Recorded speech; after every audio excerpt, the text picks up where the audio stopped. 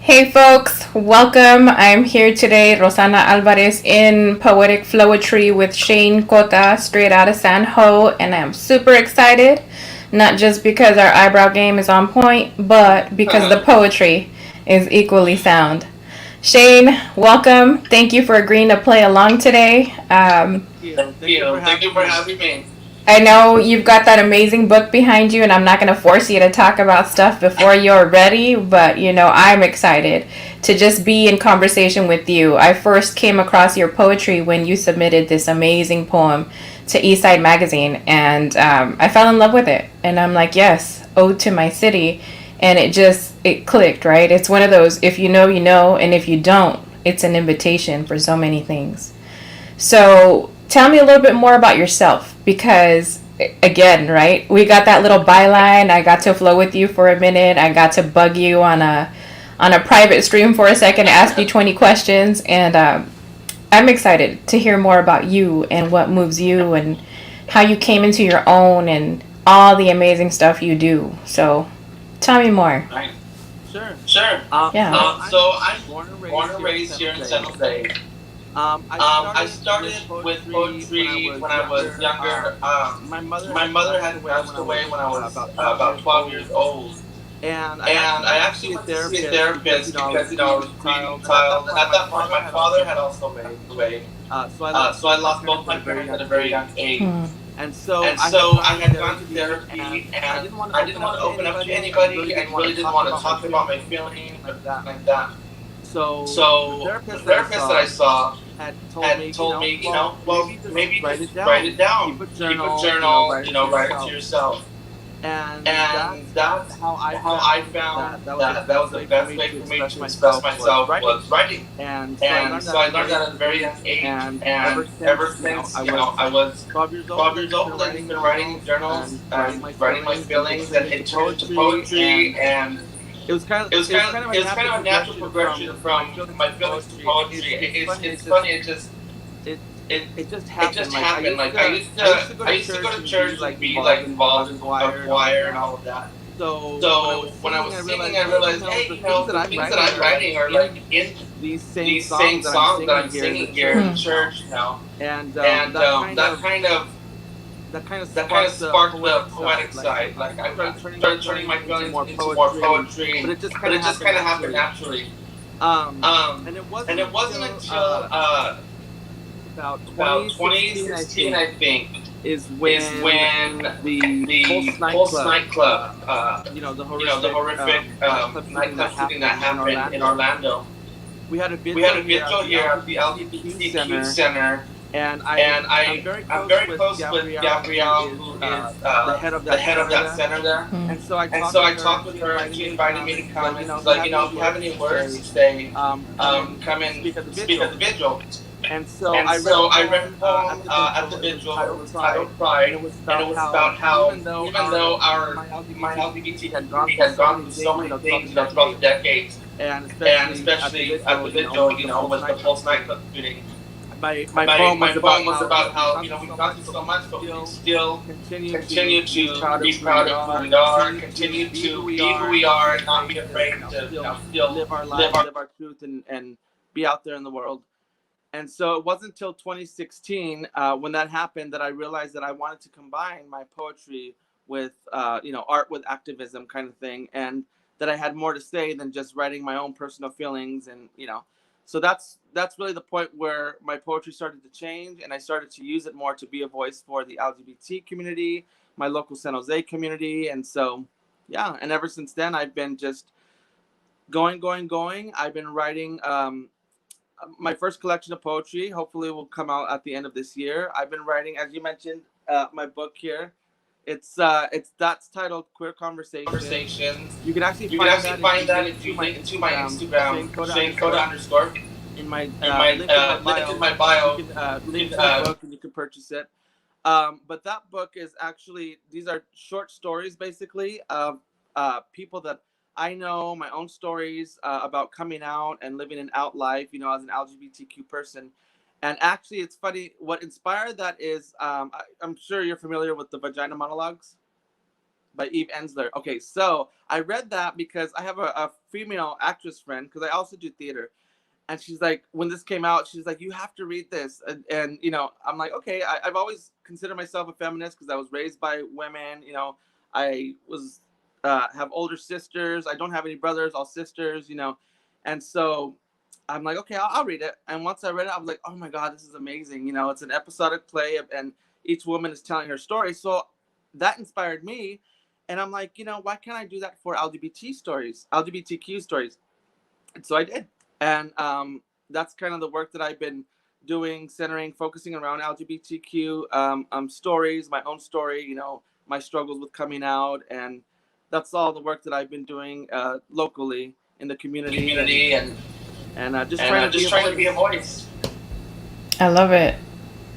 All kinds of glimpses into who you are, and it makes sense, right? Having sisters is a whole different ballpark, and Oh, yeah. how Oh, yeah. we kind of sister other folk, and so kind of how you come into that parallel of, I'm doing this thing already. Look at this platform that's been done, that's relatable, and how do I build that into the community I'm already a part of, right? And amplifying all Exactly. kinds of issues. So I don't know if you're okay with throwing down a poem right now, but I'm like, the people need to hear, right? There's something about when I read your poem, there's this perceived kind of voice that I read it in because I've heard you, right? And so it kind of just records and clicks, and I know that when you read your poetry out loud, it's different. And you happen to be a performer, right? Because there's all kinds of parts of you in addition to your poetry that exist Right. poetically. Right. And so, anytime you want to throw down, I'd love to just hear your poetry in your own words, in your own flow. And I haven't had that opportunity yet, and I don't know if the audience quite has when they come across this. But I feel like it's going to be such a treat. Like, it adds layers of nuance that we don't quite get when we come across the book. And I feel like that's going to stay with me even afterward, right? Like, it's going to have its ripple effect, even going back and revisiting your poetry when I finally have that book in my hands, right? And you know, as we're opening up again, kind of in this weird pandemic limbo, fingers crossed, I'm like, I need to get that signature, I need to get that little autograph, because who knows what Shane's going to be doing a year from now, right? Well, thank you. Creative abundance, for sure. Yeah. I'll actually read a poem that I wrote recently. And that's what how I was saying that I want my poetry to come out this year. That poetry collection is going to actually be all of the poems that I wrote throughout the pandemic. And that'll be my first collection of poetry. But here's a poem that I wrote. And it was when I was feeling, you know, a lot has happened this past year and a half, you know. And I started to feel like you kind of start to lose hope, and you know, you can sometimes stay in your grief, because I did lose family through the virus. And one day I was sitting, I have a little chair where I sit and like I read in my living room. One day I was sitting and I was looking outside my window, and I'm looking at this tree. And this is what came to me when I was in that little moment, you know, just kind of self-reflecting and reflecting on it. And this is that poem that came to me. It's called The Tree. There is a tree outside my window. This tree is the tree of life. And when the sun shines, you could see it bear fruit. And when the rains come, its leaves are stripped away, its limbs sway in the breeze. And all through the season, it stays firmly planted, its roots twisting and winding into the soft earth like veins. It quenches the moisture, and water courses through the sap of the tree like blood, coursing through every branch. I want to be resilient and strong. I want to weather the storms in life by staying planted and simply swaying back and forth in rhythm to the obstacles that come my way. I want to be like this tree.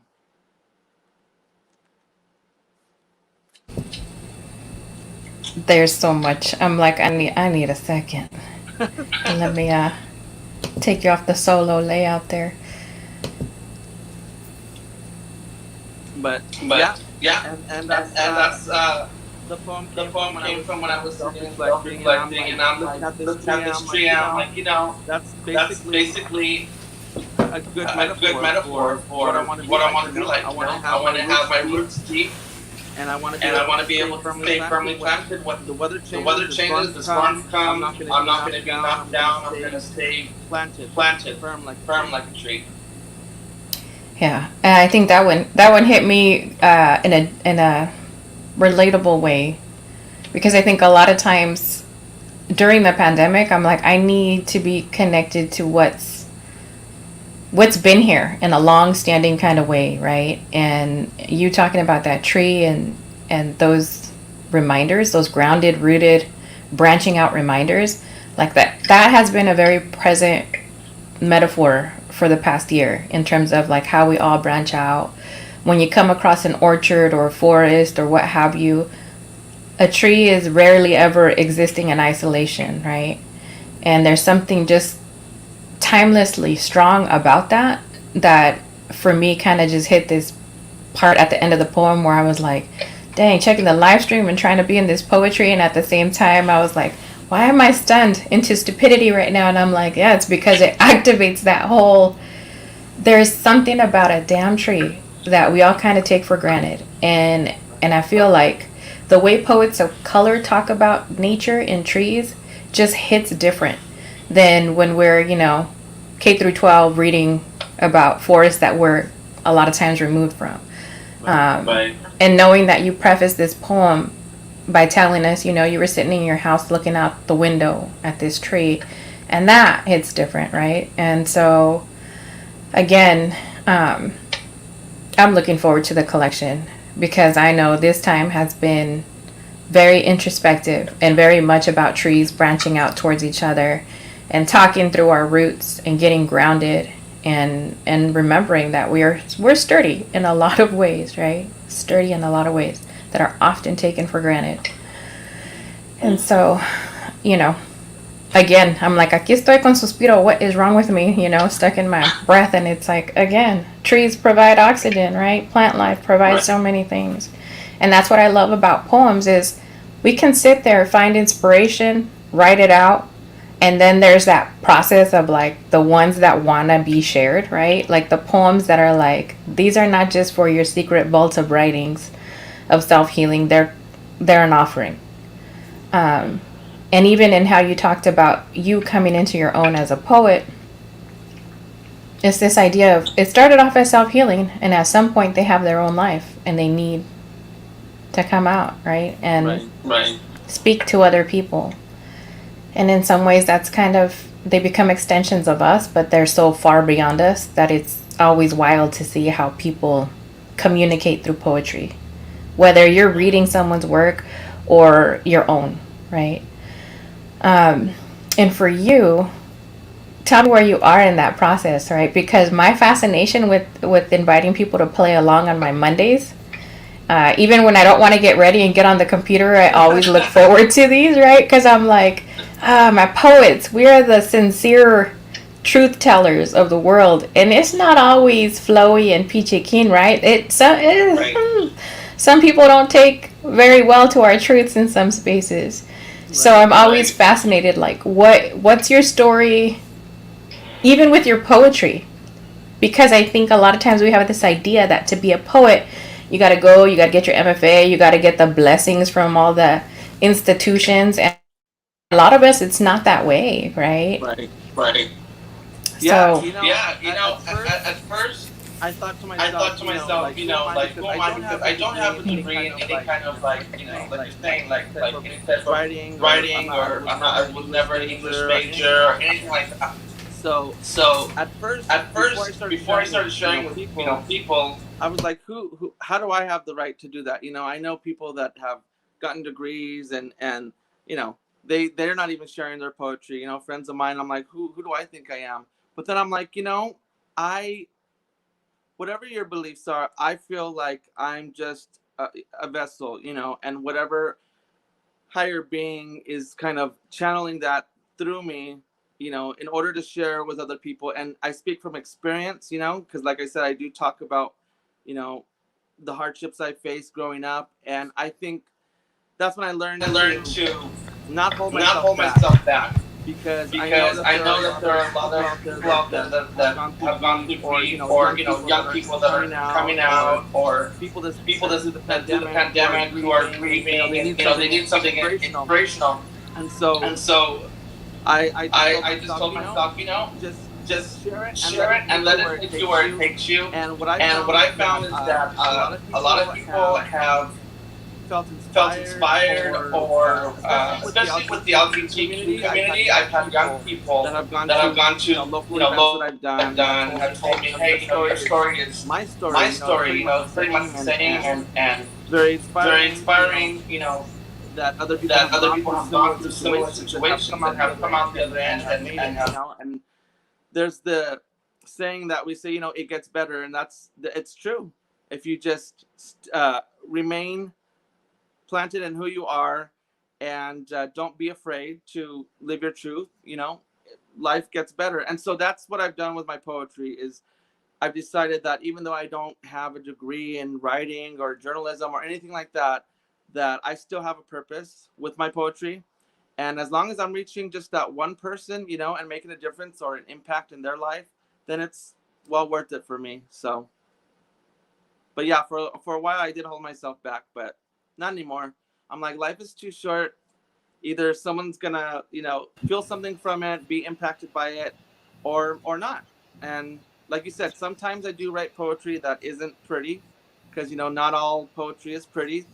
Things have happened in my life that weren't pretty, and I do share that. And I actually had a friend, ask me, well, why do you write poetry like that?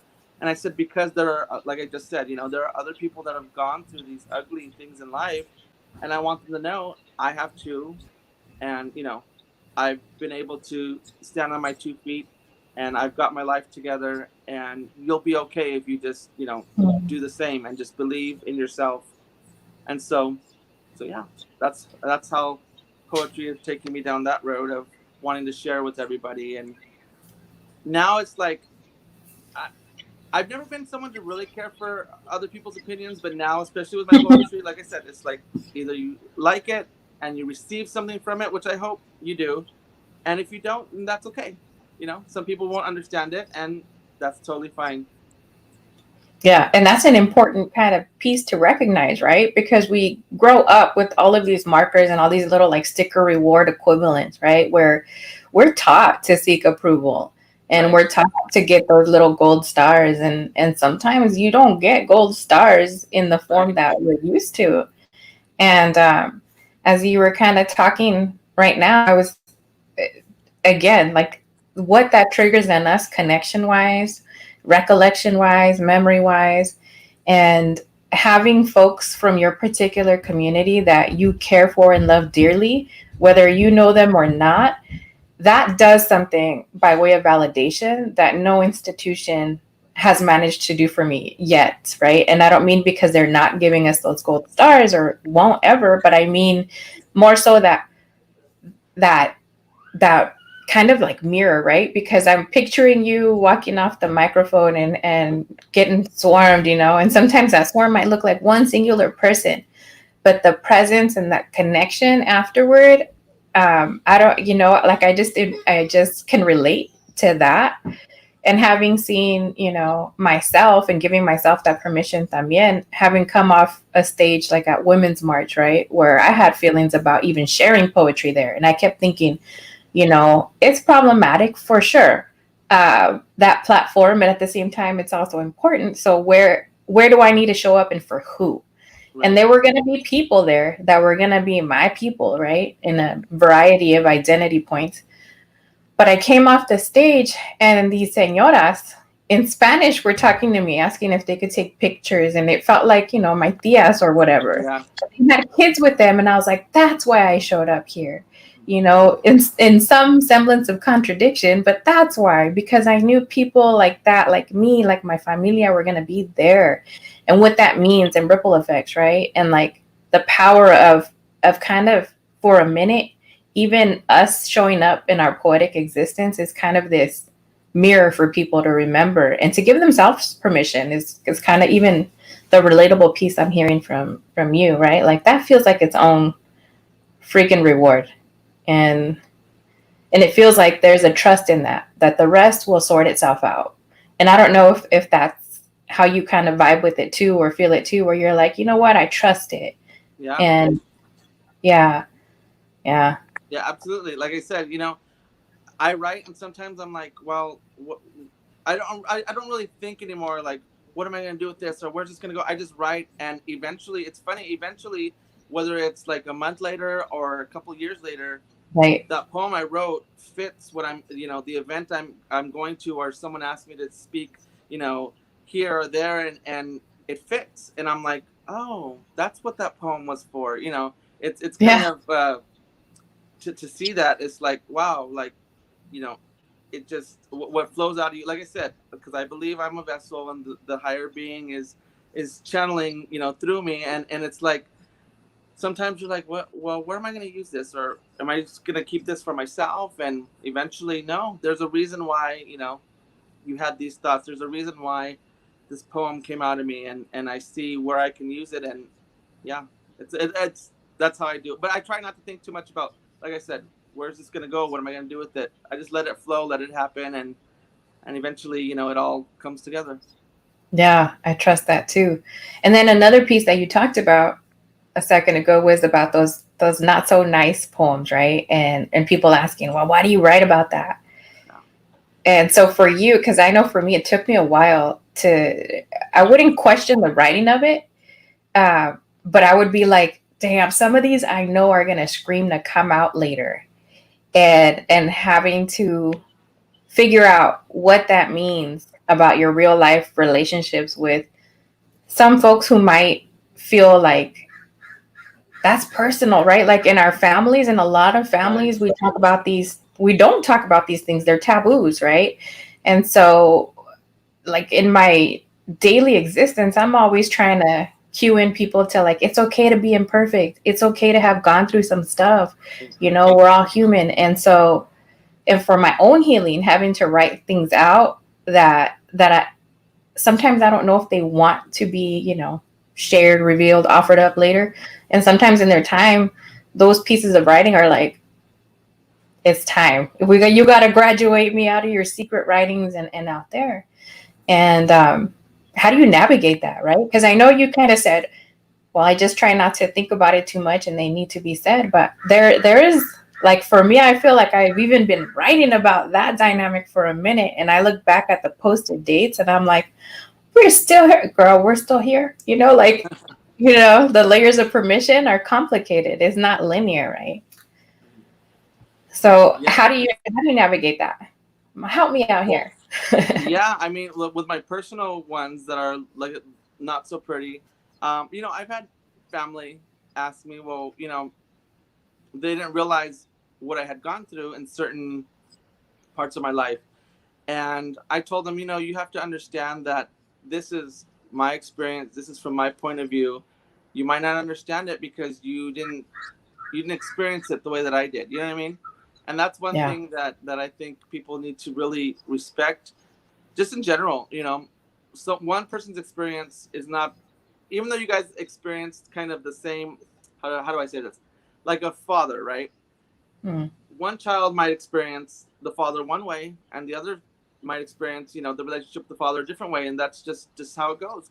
Even though you're both in the same household under the same roof, it's like you have different experiences. And that's kind of how I explained those personal ones to, family that asked me, well, why are you saying that, or when did that happen, or they didn't believe some of it. And I'm like, well, no, this is really my experience, and you have to respect that about me. And as much as you might not want these things from our family matters, out there, but for me, it's healing, to let it go, to let it out.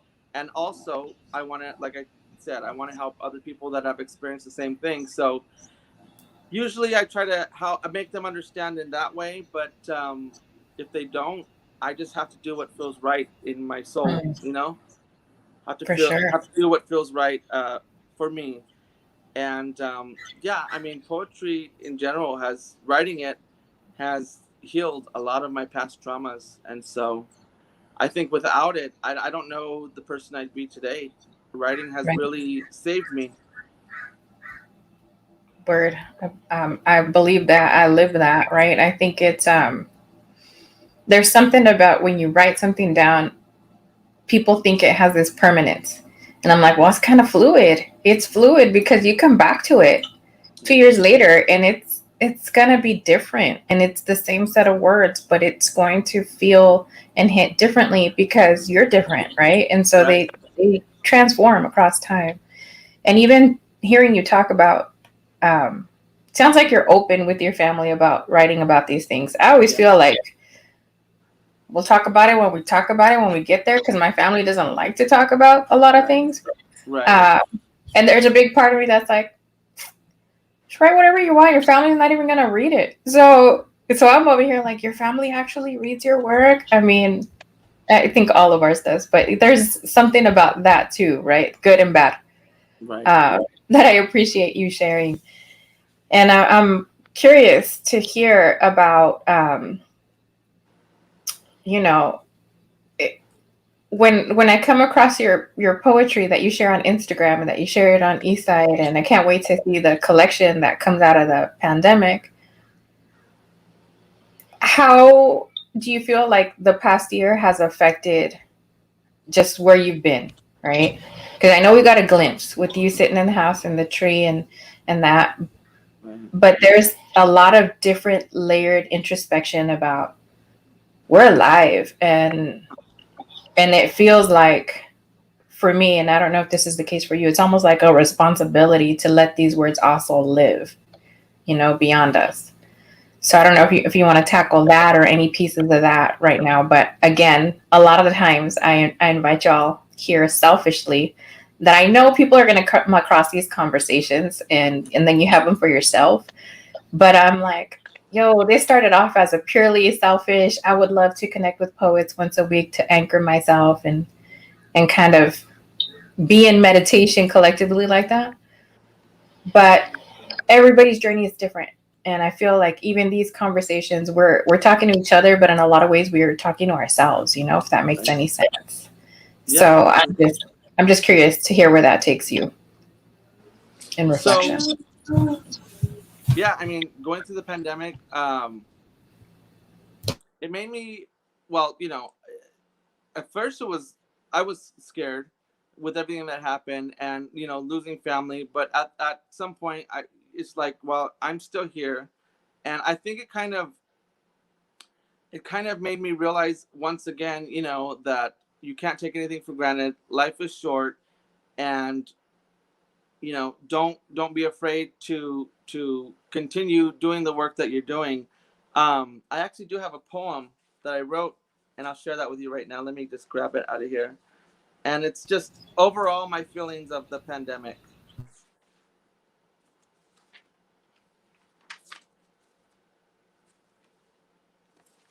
And this is I'm going to share this with you right now. This is titled, it's in Greek, it's titled Panukla. And the reason why I use the Greek word meaning plague is because I mention one of the gods in Greek mythology in the poem. So, our world is shifting, and with each day, the universe had given us a choice. We did not heed the call, we instead clung to vanity, continued to rape Mother Nature. We perpetuate hate, stood by when our brothers were weary, laughed in the faces of our sisters' anguish, and only cared for our own selfish desires. Now we have been brought to our knees, looking for mercy from a fire that runs rampant, an untamed beast here to teach us all. Accept the lessons being taught, hold fast to faith. Love and healing will join hands and ride across the sky like Helios on a golden chariot with golden wings and bring the sun to shine again. And basically, that poem is about, I think on a spiritual level, I think that, we all need to look at this pandemic and realize what's important in life, realize how we need to be there for each other, for our sisters who, talk about their harassment and the things that some of them have experienced in the workplace, kind of like with the Me Too movement. It's like we need to hear each other out. We need to be there for, our community. We need to be there for each other. And I think that's the lesson that we should take away from this pandemic, is that we need to just love, and we need to all operate in love and not take anything for granted.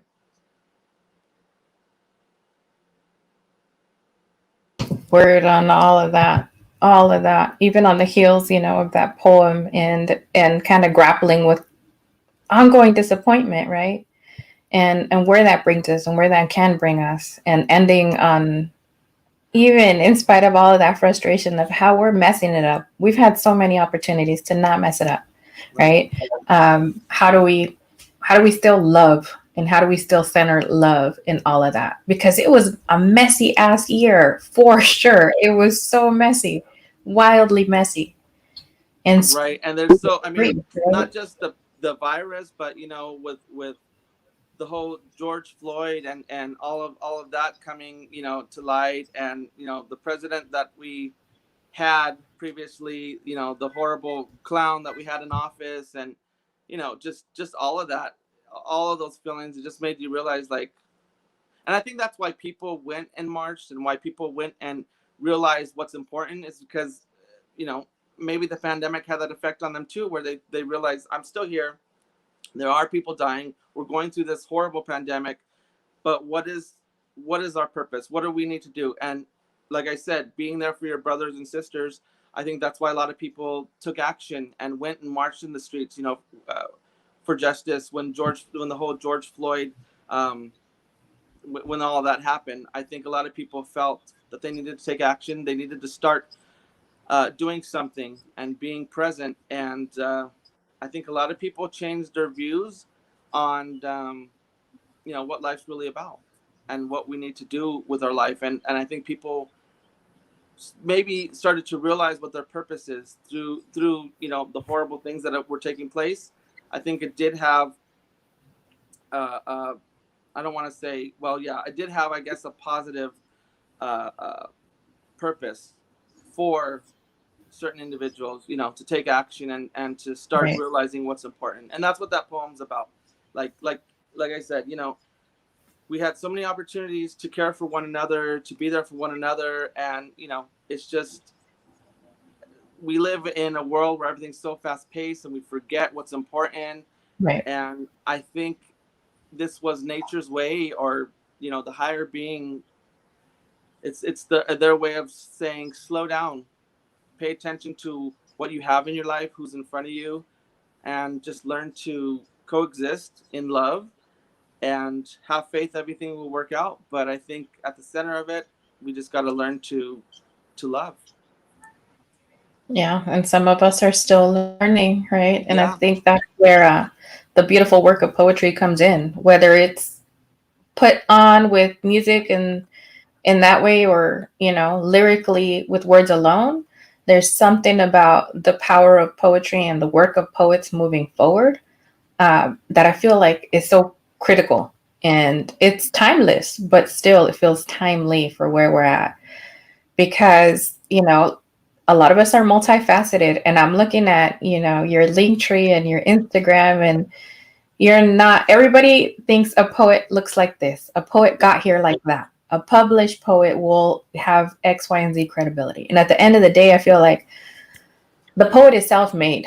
Our journeys all look different, right? Some of us have different criteria for validation, and that's fine. But we're oftentimes, we're multifaceted. Oftentimes we're multifaceted. That's the phrasing I'm looking for. And I'm looking at yours, and you're actor and poet, and I don't want to put extra labels on there, but you have so many, including your blogging that I'm sure you've been working on for a while.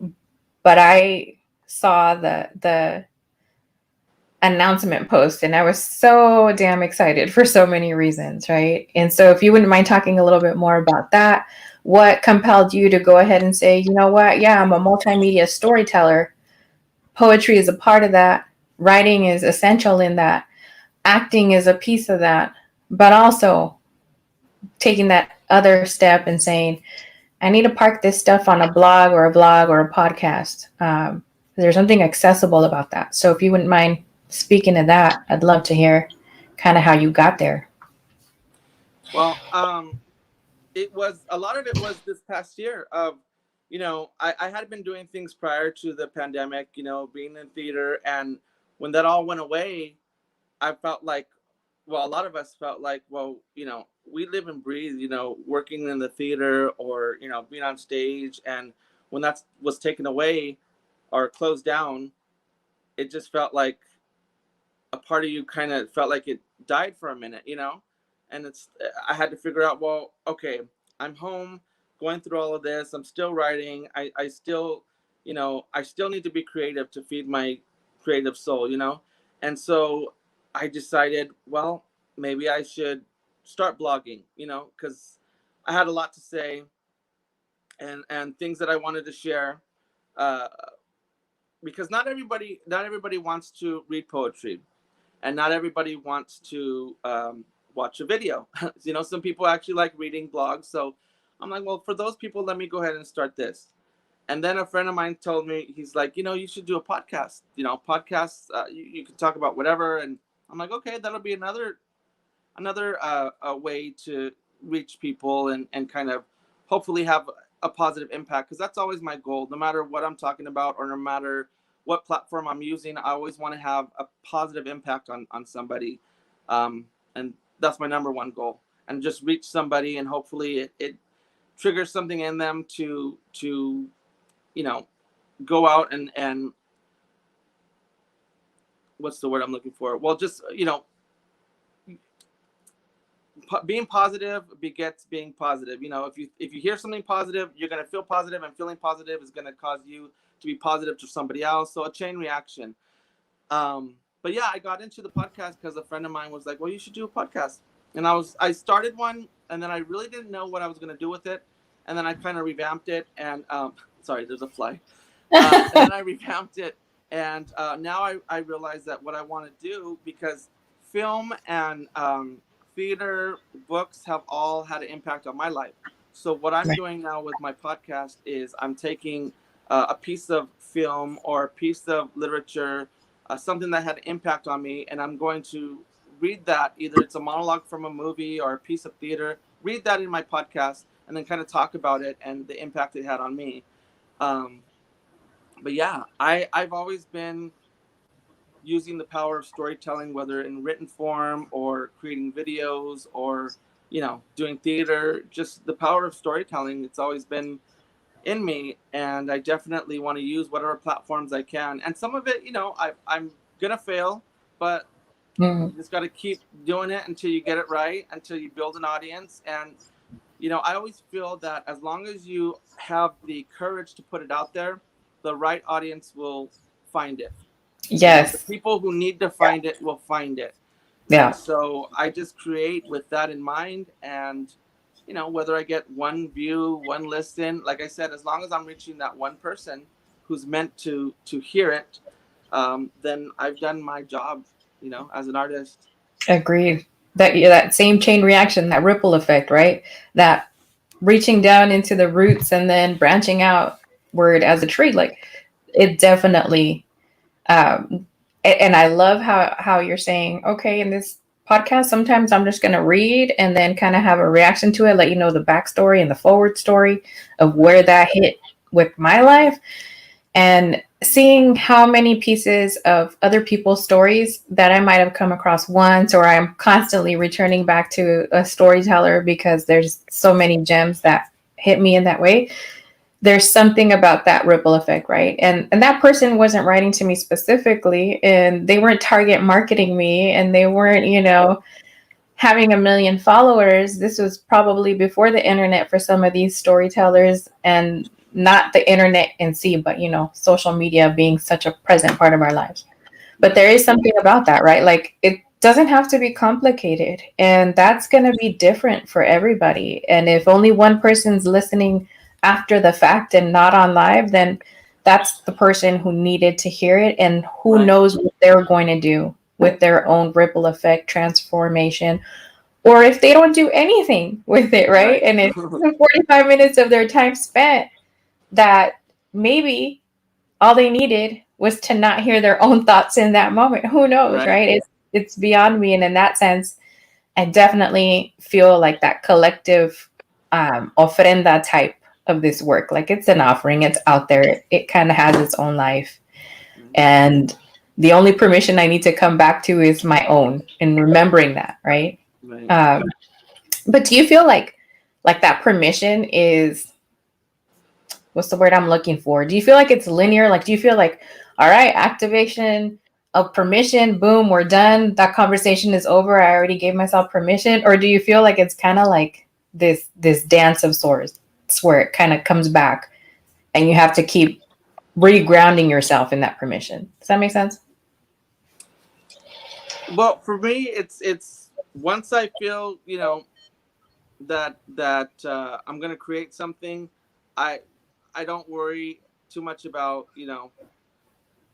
whether or not, like I said, whether it's gonna do something or not. I'm just gonna create it and try not to think about it too much, and just go with it. Yeah. Okay, just once I have the feeling or the idea or whatever, just go with it, and that's it. This idea of trusting it, right? It's Right. different. And I like to ask these questions because it's like, for me, it's there's nuances to permission. For me, I'm like, I gave myself permission. No necesito permiso de nadie. Let's go. And then there's the layers of like, well, there are different kinds of writing. There are different kinds of, podcast segments. There are different kinds of conversations you have with different people, and why. And those feel like I'm always going to come back to that core permission, but it's still very much like of a constant little dance of like, it's a little shuffle, right? 2 steps forward and a little step back, but not backwards, but it just kind of like a hold, like a pause, like a reflection. So I don't know if you have a third poem, but I know I usually tell folks that I'm not going to keep you longer than an hour, for as much as I would love to keep you in a 4-hour conversation for my own selfish reasons. And since we are kind of getting to the end there, I don't know if you wanted to share a third poem, or if you wanted to bright light, spotlight any other pieces of your work. I will read one more if I can find it. Hold on, let me see. It'll let you see it, right? The poem's all, you gotta work with it. It walked away. No, I They have do it right here. sometimes. This is actually, and this is about, this is locally what happened with the VTA, the horrible, horrific VTA incident. And this is, I'm very much like Nina Simone said, artists are here to reflect the times. That's a quote from Nina Simone. And ever since I heard that years ago, I came across that quote. I realized that, yeah, that's what I'm here for. Using my writing, using my storytelling, I'm going to reflect the times, and everything that I see happening. When I see that there's an injustice, or when I see that there's something wrong that we need to focus our attention to make change, that's what I'm going to do, and that's what I'm going to write about. So this is about the VTA incident that happened here in San Jose. And I wrote this the next morning after I woke up, because I have friends and family that actually work for VTA. So when I woke up to that incident, it just right away, I'm thinking, oh my goodness, is my friend that works for VTA, are they there? Is my family, my cousin that worked for VTA, are they there? And this is kind of after I gathered all my thoughts and realized that my family and my friends were safe. But still, this is a horrific incident that happened in our community, and this is how I felt towards it. And this is titled "Wake Up." I drove past the sea of sirens, knowing the tragic loss our city had suffered, feeling numb that this could happen anywhere, is ingrained in our subconscious, but in our own backyard seems unreal. For a slight moment, I panicked. Was it someone I knew? Innocent lives, members of our community, we mourn for your loss. When will we wake up? Bullets once again have shattered families and brought heartbreak to mothers, fathers, brothers, sisters, sons, and daughters. Is this our new normal? When will we wake up? We've all been pierced today in our souls, our city shaken to its core. It's time to wake up. Indeed, and we're so hesitant to wake up sometimes. For sure.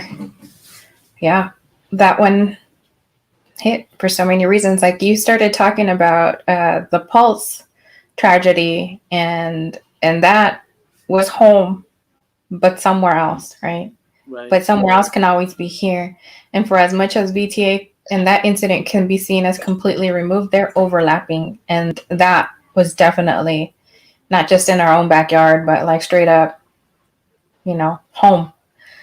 And I know for me, it's like so many of us know people who work at VTA or surrounding, because that was over by the county building, and our county is so massively giant. And county jobs are the jobs to have, right? With that retirement and all that good stuff. And it's a space where so many people, have done right by their own advancement and whatnot. And you're right. I woke up and I was doing probably nothing. And my sister was the one freaking out. Is so-and-so okay? Can you check on? And I'm like, let me check for signs of life. And then as you're checking on everyone, you start thinking about the ripple effect of everyone and everyone who can be impacted. And we're beyond that space of 1 degree of separation.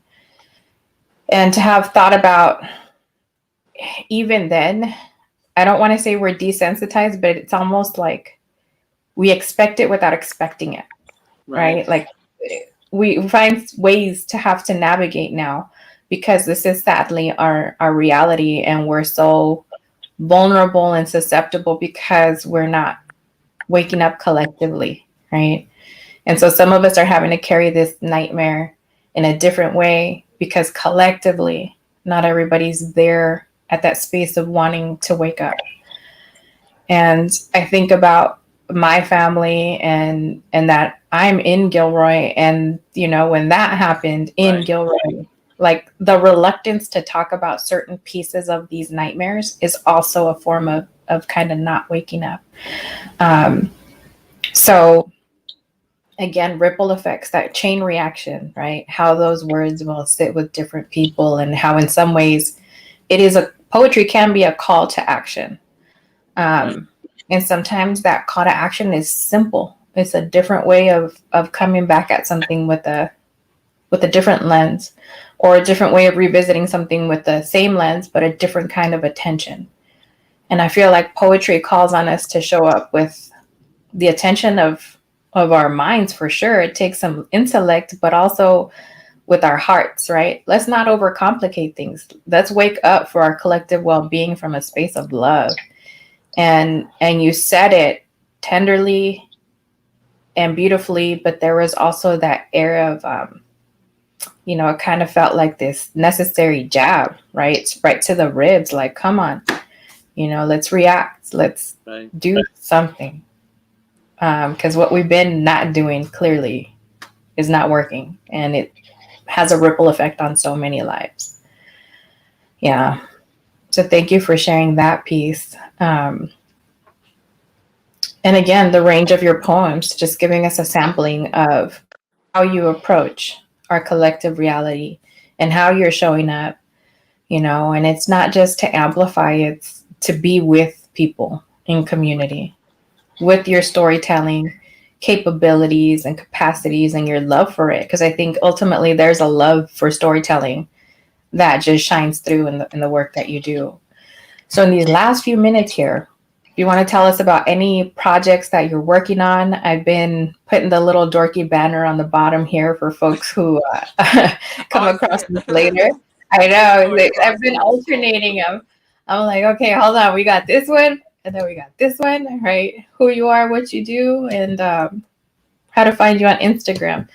But even when we come across your link tree, there's so many pieces of your work that, I see this relatable piece, and I always make these invitations based on a very like a gut sensibility of like, I'm just going to trust my gut. That's like, reach out to Shane and reach out to some of these other poets, because there's a point of connection. And I think there's a commonality in how we approach our poetry that reminds people like, yo, the fact that we do this is an invitation to you. You got those secret notebooks. You don't need somebody to tell you they're good. You just got to believe in them yourself. Put them out there.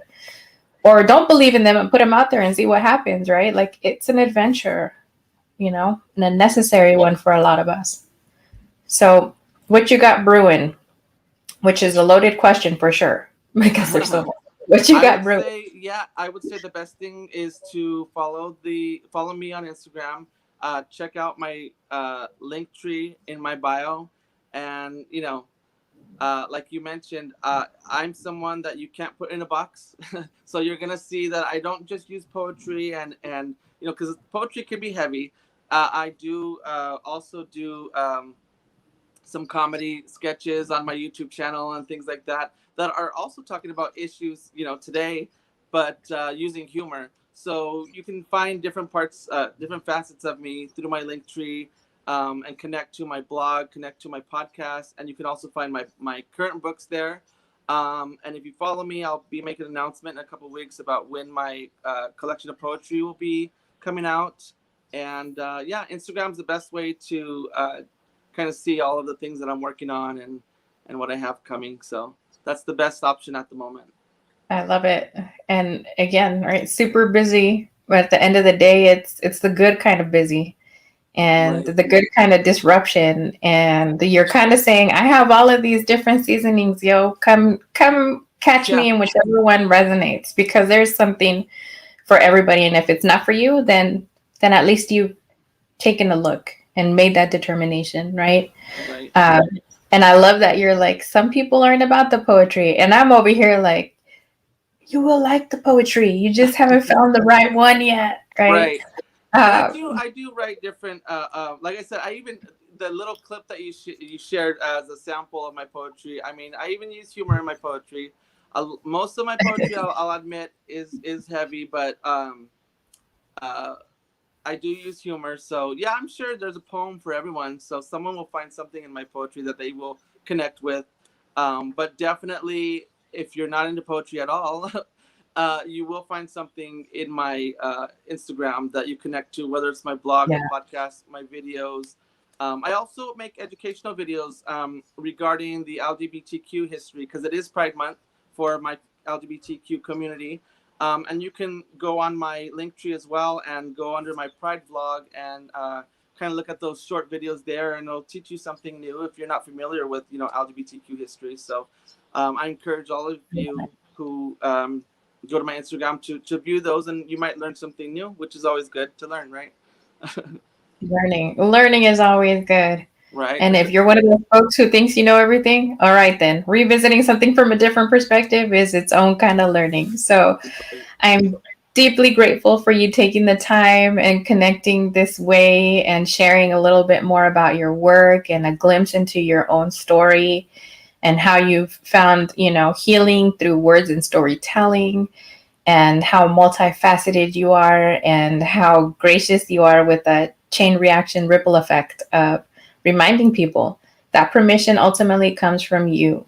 And I've come across a lot of people who have this regret that they didn't, it's always like, air quotes, they didn't finish school. Well, according to whose standard, for as much as I work in higher education, and I'm all about, if that's something that you want, then get it. And at the same time, let's understand that there are so many active barriers to it. Right. That if you didn't get to finish, that doesn't derail you from sometimes what you're meant to do. Right. With or without the degrees. And if you have the great fortune of spending enough time with yourself to hear and feel what I need to be doing right now is this, then also remembering that that can change and morph and adapt over time. And I love that you're a living embodiment of that, because it's through so many different avenues for people that I feel like you're leaving all these little grains for people to come across, and giving yourself permission to say, you know what, that's not fueling me right now, or I don't need to activate that piece, and let me go ahead and lean on these other ones and then come back to it. And that's okay too, right? That's okay. There's beauty in that flow.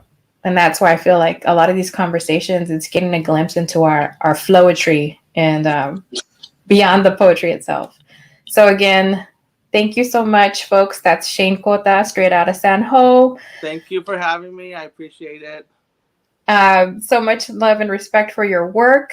I am going to end the broadcast. If you missed the beginning and you caught the tail end and you want to see it, it will be up as a restream on YouTube and Facebook. And eventually they'll get parked in a semi-permanent, website space, which you can find right here at halachingona.com. And if you don't know how to find me, I say Google it with all the clues I've given you, but I'm easy to find. And I park little clues everywhere for folks. But if all else fails, rosanaalvarez.com. Again, a pleasure to be here, and we'll talk soon.